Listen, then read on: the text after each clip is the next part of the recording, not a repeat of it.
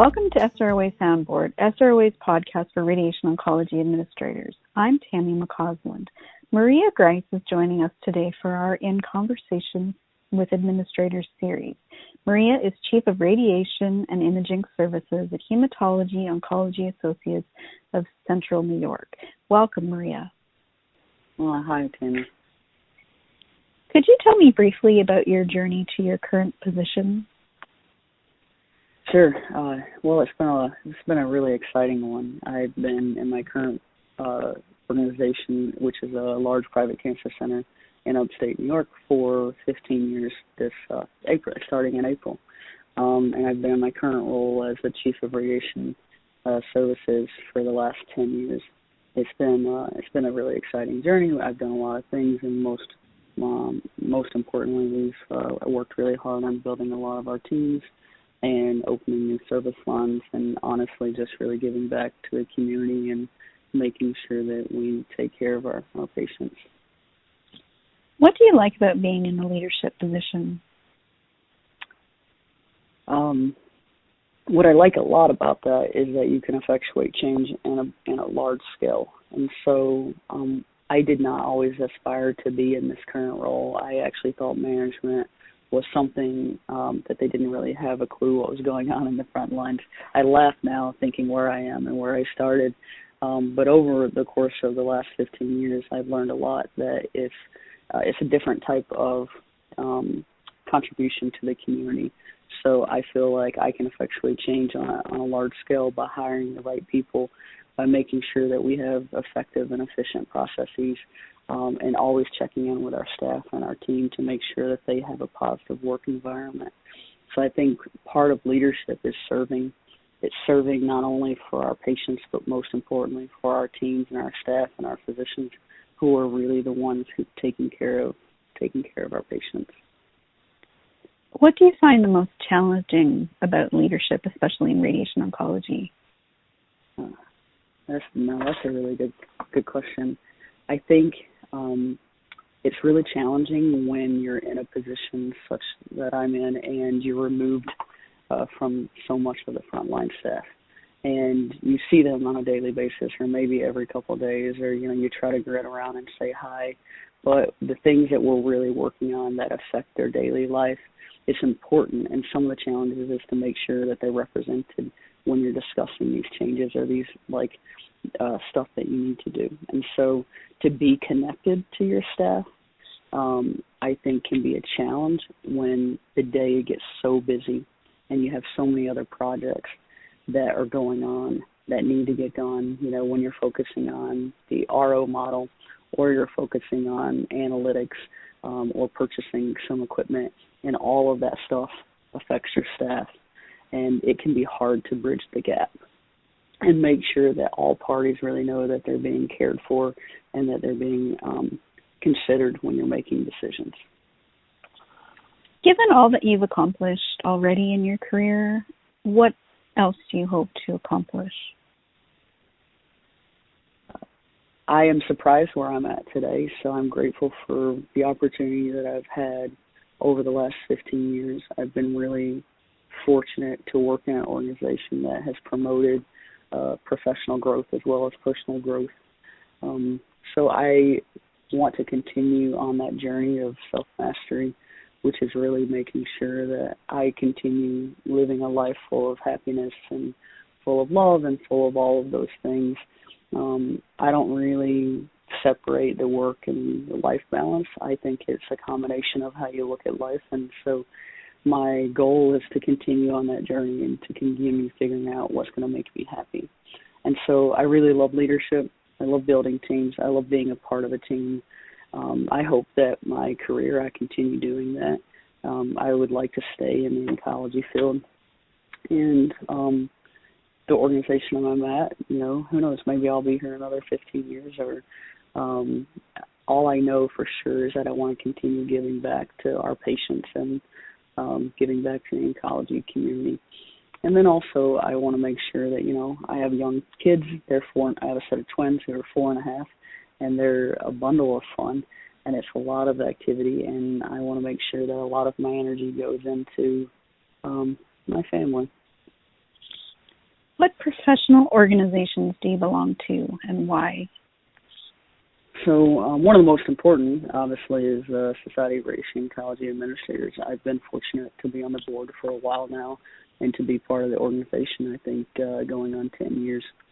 And so this organization is extremely important to me because I think it's a way to be connected to what's going on in radiation oncology and to feel supported with your peers. So there's all kinds of people that belong to the society. And I know that through COVID we haven't had a national live meeting, but even through the SROA Connect board, you can kind of connect. That's funny, with other people, and to make if you have a problem or if you just need to bounce something off or if you have a quick question. And so I find that this organization is incredibly important because it gives back to the administrators, the leaders who are really trying to do a good job on a daily basis to support, the patient care. In addition to that, I am a member of the ASRT organization, and I feel like, because of my clinical background as a radiation therapist, that organization is important because it focuses a lot on like the discipline of being a radiation therapist and some continuing ed. And then there's all these other like local, like I'm on the board of hospice, and some of that is also just the kind of compassion and I think I'm grateful for where I'm at today. So giving back to not-for-profit organizations who have either somehow helped patients that I know of, but that are near and dear to my heart. What or who inspires you and why? When I think about that, there are a number of people that I could talk about. Just to mention a few, my grandmother, who has been this really incredible woman who has raised many kids, her kids and their kids, including myself. And then, she's always taught me to live life to the fullest and to be honest. And then there's a couple other people. My CEO here is Marianne Farrow, and she's mentored me for 15 years and has been a friend and also a mentor, and just really encouraged me over the years, again, that you follow your truth and that you're authentic. There's also a friend of mine, Melanie, who used to be a coach back in high school, and the age gap is so small that back in high school it made a difference, but now we're like best friends. And she really did teach me that even when life gets hard, you just have to find a way, and you keep working hard, and your dreams do come true. When I think about on a daily basis who inspires me, it's my team. When I walk into this place every day, just like I did this morning, there's a feeling of like we have a family here, and we have a team of staff and physicians who really care about our patients. And I think in the end, the patients inspire all of us because they come in every single day and they do one of the hardest things every day to get their treatment. And they just do it, and they fight for their life. And so there's a lot of things on a daily basis when I look at my life and the journey that I'm on, that all of these people, how could I not be inspired by them and to see what they do on a daily basis? That's an awesome response. What do you like to do in your free time? As I mentioned earlier, I have a set of twins who are 4.5, Gray and Dash, and a lot of that time is spent with them. From the time that I'm basically pulling in the driveway to running around with them until bedtime. And then, I really enjoy spending time with the people who matter the most to me and the people who love me for me. And so a lot of that is family, very few friends that are extremely close, and my work family. So just spending time with people. What are you currently reading? And also, do you have a favorite book you would recommend? So reading these days can be hard. I do love a good hardback book. I am listening. About a year ago, I started to try to do some audiobooks. So I have 2 of them going right now. And one is called A Human's Purpose. It's by Millie the dog. It's actually written by my CEO, who has written a couple of books over the years, but this one is really interesting, and just kind of about how how open and how kind of like when you're thinking about life on Earth and what that looks like and feels like and how much control and how much accountability we all have to ourselves.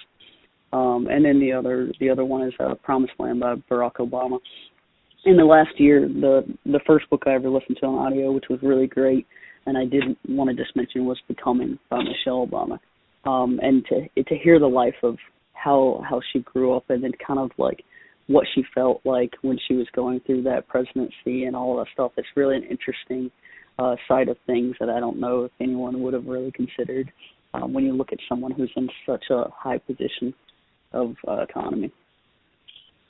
What's on your playlist? Everything. So pretty much there's a whole mix of music. I think music, for me, music feeds my soul.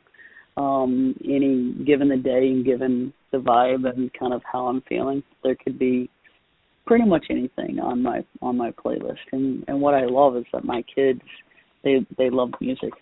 And so sometimes, they'll ask Alexa to play something, or they'll request something when we're in the car. And it's funny because it's not just kid music, it's like all kinds. And they probably know more artist names than I do. So, there's a mix of everything. What is the best advice you've ever received? I definitely have been given a lot of advice. Like I had mentioned earlier in our conversation, I've had quite the mentors, and I've been lucky enough to have some really, really good friends. Something that sticks out to me is it goes something like, it's better to disappoint others than it is to disappoint yourself. And I think when I initially heard that, it didn't sound right to me, and I couldn't figure out why. And so I think because I'm a people pleaser, and I want to give back to my staff and my patients and my family, but then when you really read that statement about disappointing others, it's better to disappoint others than to disappoint yourself. I think it goes back to some of that philosophy of like taking care of yourself first. So making sure you're happy and you're doing what you think is right and being honest and authentic and having humility and all of those things. And so I find that that's really where I kind of start every day, is like making sure that I am following my true self and true north, so that then I can either share with others why maybe this isn't, somehow this isn't what they want to hear, but this is what we need to do. Or, I also know that I'm on the journey to happiness, and so I'm not going to just give someone else something they want or need and then feel regret later on. And so even though that was some of the hardest advice I had ever heard, and I kind of got confused when I first heard it, I think it's really true. And so I follow that on a daily basis. That's great advice. I've never heard that before, so I think I could take something from that myself. I'm sure other administrators and people can. Based on everything you've learned over your career and your life, what advice would you offer others? I would say just to keep being yourself. Find yourself, keep being yourself, love yourself, and I think everything kind of falls into place. I think when we're able to love ourselves and kind of project that love wins, then, the people around us, we attract how we feel. And so for me, I think you just follow your true north and you figure out what that is, and the rest will come. These have been great answers. I really appreciate your time today. Thank you for joining us in conversation. Thanks for having me on. Have a great day, Tammy. Thank you for listening to SROA Soundboard. We hope you will join us again. For more information, visit www.sroa.org.